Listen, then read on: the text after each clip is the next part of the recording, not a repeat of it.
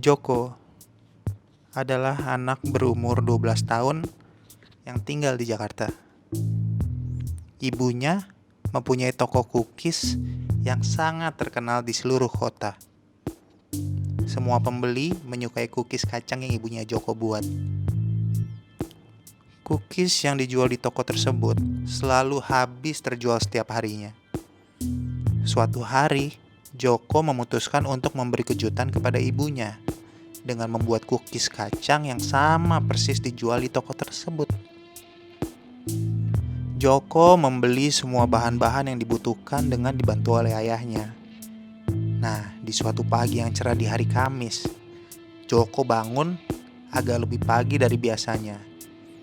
Dia mau membuat cookies kacang lalu diberikan kepada ibunya sebagai kejutan.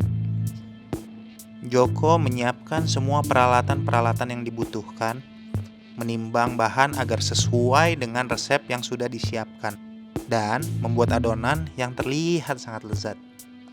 Lalu Joko menaruh adonan yang sudah dibentuk bulat dan kecil ke dalam oven dan menunggu timer berbunyi. Lalu Joko dengan hati-hati mengeluarkan cookies dari oven sesaat setelah timer berbunyi. Tapi senyum di wajahnya tiba-tiba berubah jadi cemberut, murung, sedih. "Hah? Gosong?" Joko menjerit. Dia tidak percaya kalau dia mengacaukan semuanya. Sedih banget. Semuanya tidak sesuai apa yang diharapkan. Marah, frustasi, semuanya campur aduk. Atau bisa kita bilang, kekecewaan sudah menyelimuti Joko. Halo guys, selamat datang di channel Rasamu Punya Topik. Topik hari ini gue mau fokus membahas tentang kekecewaan.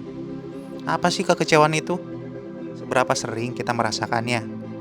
Lalu, bagaimana sih kita mengatasi rasa kekecewaan itu?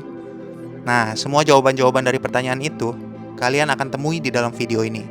Yuk mulai. Salah satu emosi yang paling luar biasa dan kompleks yang dihadapi manusia adalah kekecewaan. Umumnya, kekecewaan didefinisikan sebagai ketidakbahagiaan, ketidaksenangan, dan ketidakpuasan yang terjadi ketika sesuatu tidak berjalan seperti yang kita rencanakan atau harapkan. Kita sering banget merasa kecewa. Ada yang kekecewaannya bisa dibilang kecil, hampir nggak ada pengaruhnya di dalam hidup kita. Tapi ada juga yang pengaruhnya sangat besar dalam kehidupan kita. Apa sih sebenarnya yang menyebabkan kita kecewa? Kalau ditelusuri, akar kekecewaan itu adalah ekspektasi.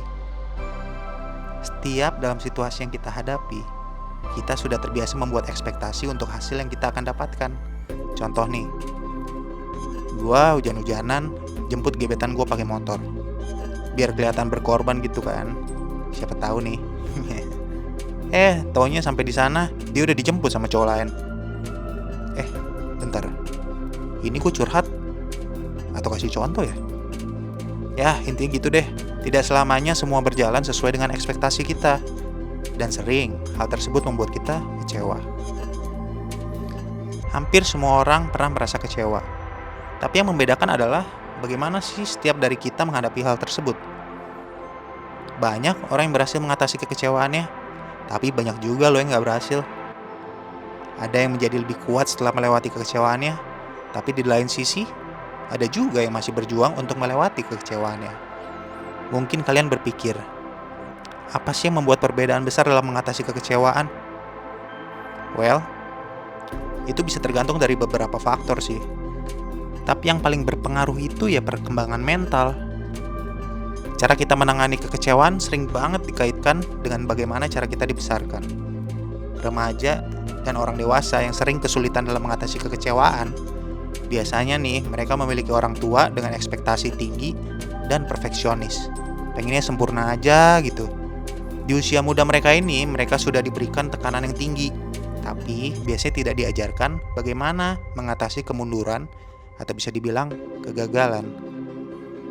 Kondisi ini bisa menghasilkan dua kemungkinan di masa depan untuk anak-anak muda ini.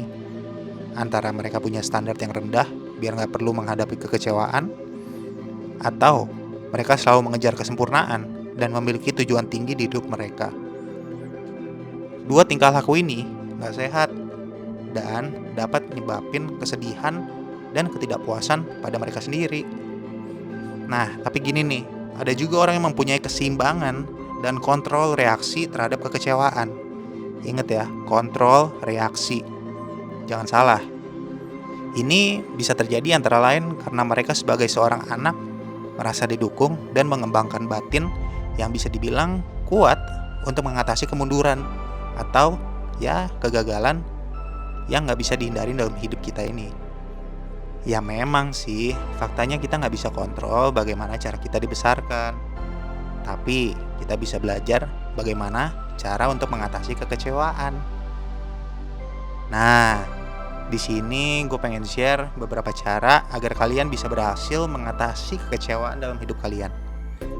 Yang pertama, menerima semuanya dan biarkan emosi kita itu keluar.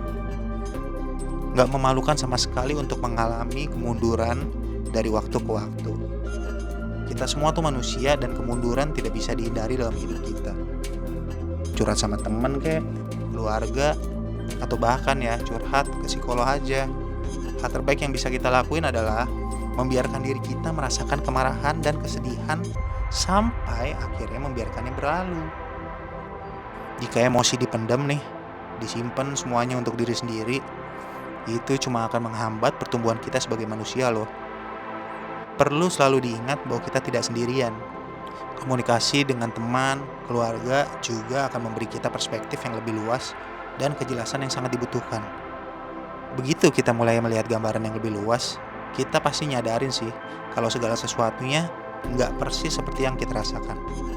Oke, kita lanjutin kedua. Nih, selalu cek ulang kembali ekspektasi kalian ya. Kita ini perlu memeriksa apakah ekspektasi yang kita milikin dari diri kita itu masuk akal atau enggak. Jika kalian menetapkan harapan terlalu tinggi, nah kita harus bisa melepaskan pola pikir perfeksionis kita. Dan jika kita menetapkan standar terlalu rendah, kita harus memiliki keyakinan pada potensi kita sendiri loh.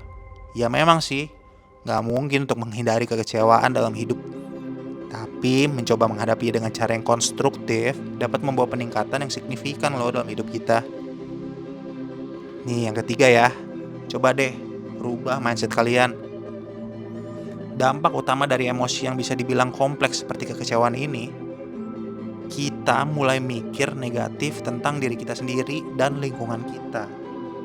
Penting loh untuk tidak menstandarisasi perasaan marah kita dan menyimpannya.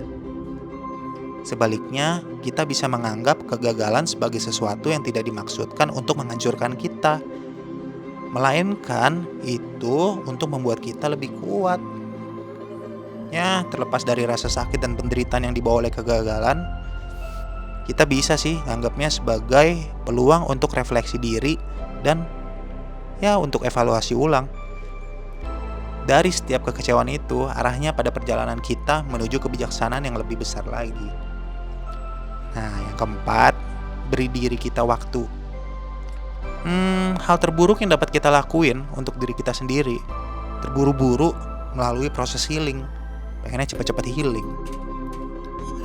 Kekecewaan itu dapat dengan cepat berubah menjadi banyak kecemasan, kebencian, dan pemikiran negatif. Gak ada kehebatan yang bisa dicapai dalam semalam. Nah, makanya kasih diri kita waktu untuk belajar dari kegagalan itu sangat penting. Nah, setelah kita kasih diri kita waktu untuk menyesuaikan diri dengan keadaan baru deh kita bisa mulai lagi dengan semangat baru. Oke guys, sampai di sini dulu video kita hari ini. Ingat ya bahwa kekecewaan itu tidak bisa dihindari, tapi cara kita menghadapinya pilihan kita sendiri. Terima kasih yang udah menonton video ini. Kalau ada pertanyaan atau masukan, tulis di komen aja. Sampai jumpa di video selanjutnya ya. Bye-bye.